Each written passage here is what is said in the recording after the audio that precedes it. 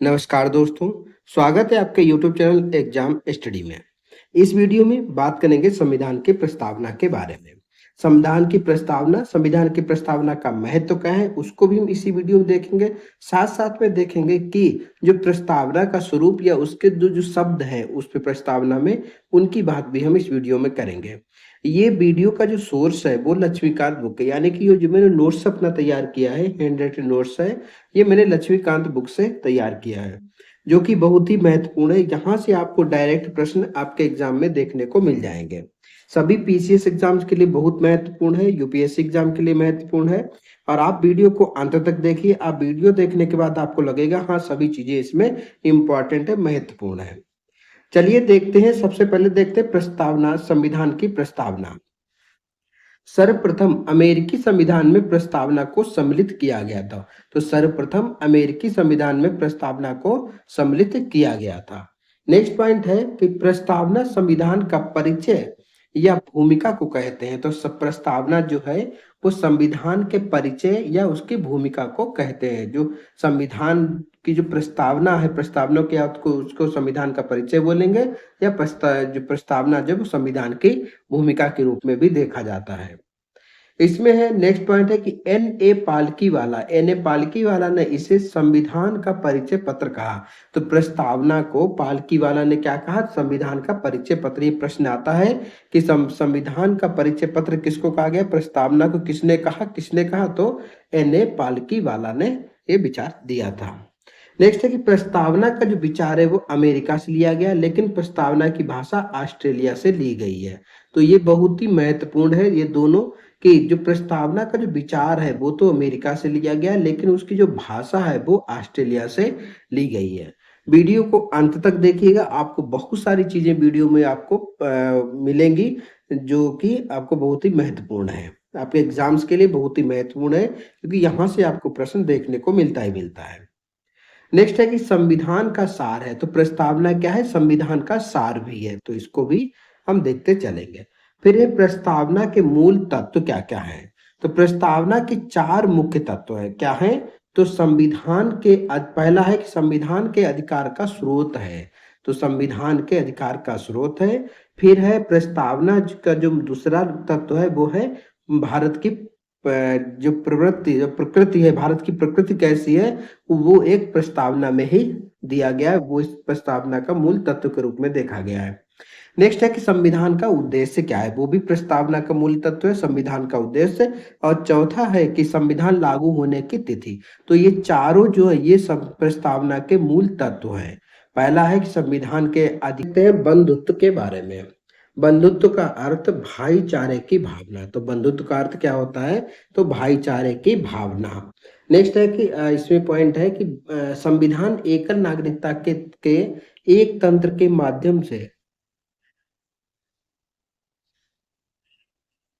भाईचारे की भावना को प्रोत्साहित करता है।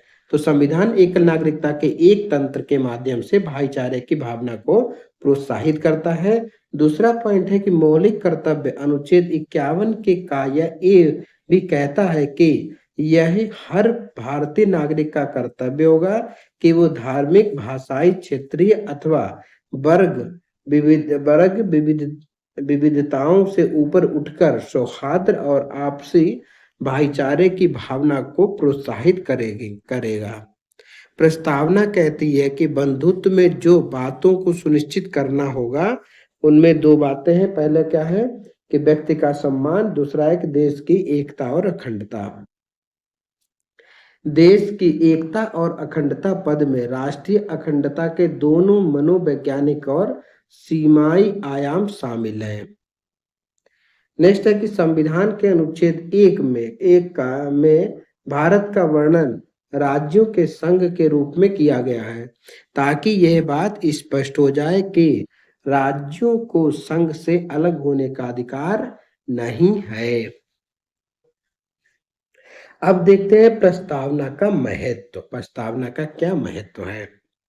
तो प्रस्तावना के महत्व में, प्रस्तावना में उस आधारभूत दर्शन और राजनीतिक, धार्मिक व नैतिक मौलिक मूल्यों का उल्लेख है जो हमारे संविधान के आधार है। पहला पॉइंट हो गया क्या कि प्रस्तावना में उस आधारभूत दर्शन और राजनीतिक, धार्मिक व नैतिक मौलिक मूल्यों का उल्लेख है जो हमारे संविधान के आधार हैं। दूसरा है कि इसमें संविधान सभा की महान और आदर्श सोच उल्लेखित है। तो प्रस्तावना का महत्व में क्या है कि इसमें संविधान सभा की महान और आदर्श सोच उल्लेखित है। इसके अलावा यह संविधान की नींव रखने वालों के सपनों और अभिलाषाओं का परिलक्षण करती है। तो ये हो गया महत्व एक।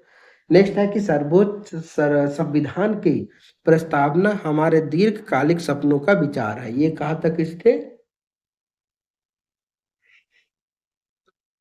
तो ये सर अल्लादी कृष्ण स्वामी अय्यर ने कहा था। तो अल्लादी कृष्ण स्वामी के अनुसार संविधान की प्रस्तावना हमारे दीर्घकालिक सपनों का विचार है।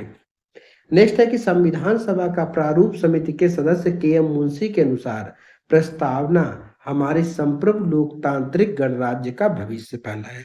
तो प्रस्तावना हमारे संप्रभु लोकतांत्रिक गणराज्य का क्या है? प्रतिफल है। नेक्स्ट है कि संविधान सभा के अन्य सदस्य पंडित ठाकुरदास भार्गव के अनुसार प्रस्तावना संविधान का सबसे सम्मानित भाग है और यह संविधान की आत्मा है। तो ये किसने कहा था? तो संविधान सभा के एक सदस्य के रूप में पंडित ठाकुरदास भार्गव के अनुसार कि प्रस्तावना संविधान का सबसे सम्मानित भाग है और यह संविधान की आत्मा भी इन्होंने कहा था। नेक्स्ट है कि यह संविधान की कुंजी है, यह संविधान का आभूषण है। तो किसी ने कहा कि यह संविधान की कुंजी है, किसी ने कहा कि यह संविधान का आभूषण है। यह एक उचित स्थान है जहां से कोई भी संविधान का मूल्यांकन कर सकता है। नेक्स्ट टॉपिक देखते हैं कि संविधान के भाग के रूप में प्रस्तावना, संविधान के एक भाग के रूप में प्रस्तावना को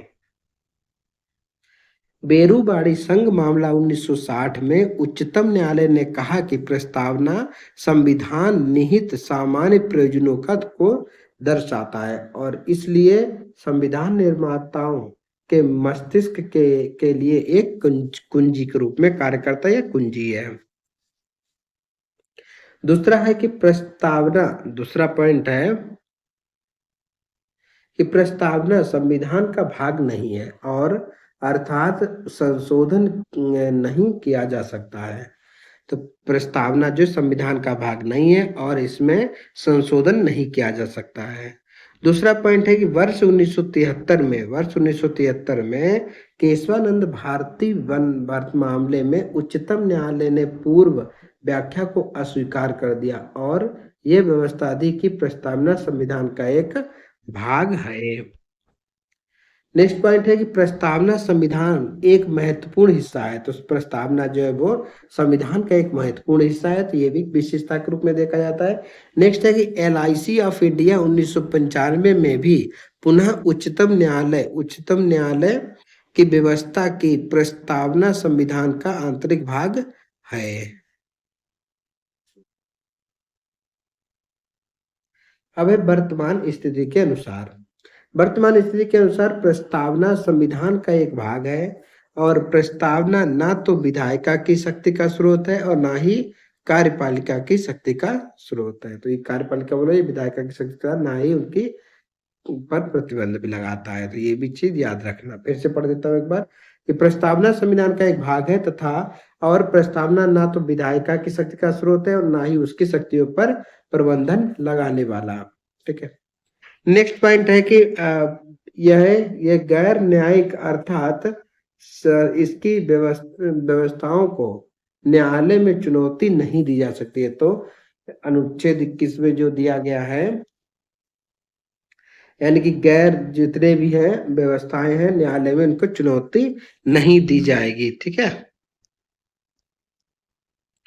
फिर नेक्स्ट है कि प्रस्तावना में संशोधन की संभावना।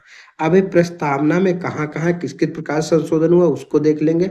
अगर आप लोगों को वीडियो अच्छा लग रहा है तो वीडियो को लाइक कर दीजिए, अधिक से अधिक लोगों को शेयर कीजिए ताकि ये सभी को इस प्रकार का नोट्स प्राप्त हो सके। और बुक पढ़ने से अच्छा इस नोट्स को अगर एक बार आप 2 बार वीडियो के माध्यम से अगर 2 बार भी देख लोगे तो आपको बहुत सारी चीजें क्लियर हो जाएंगी।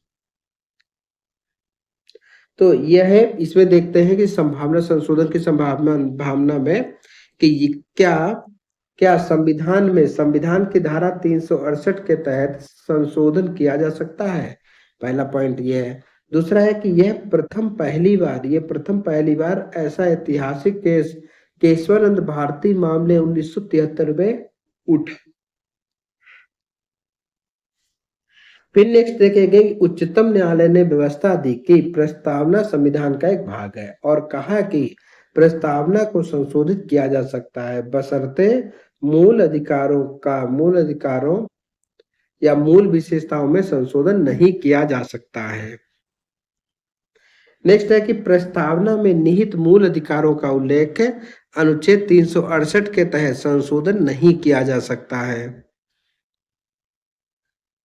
नेक्स्ट पॉइंट है कि अब तक प्रस्तावना को का केवल एक ही बार संशोधन 1976 में 42वें संविधान संशोधन 1976 में के तहत संशोधन किया गया था, जिसमें क्या देखते हैं, समाजवादी, एक धर्मनिरपेक्ष और अखंडता। तो इस प्रकार से इस वीडियो में मैंने प्रस्तावना से संबंधित जितने भी पॉइंट्स हैं वो सभी कवर करा दिए हैं।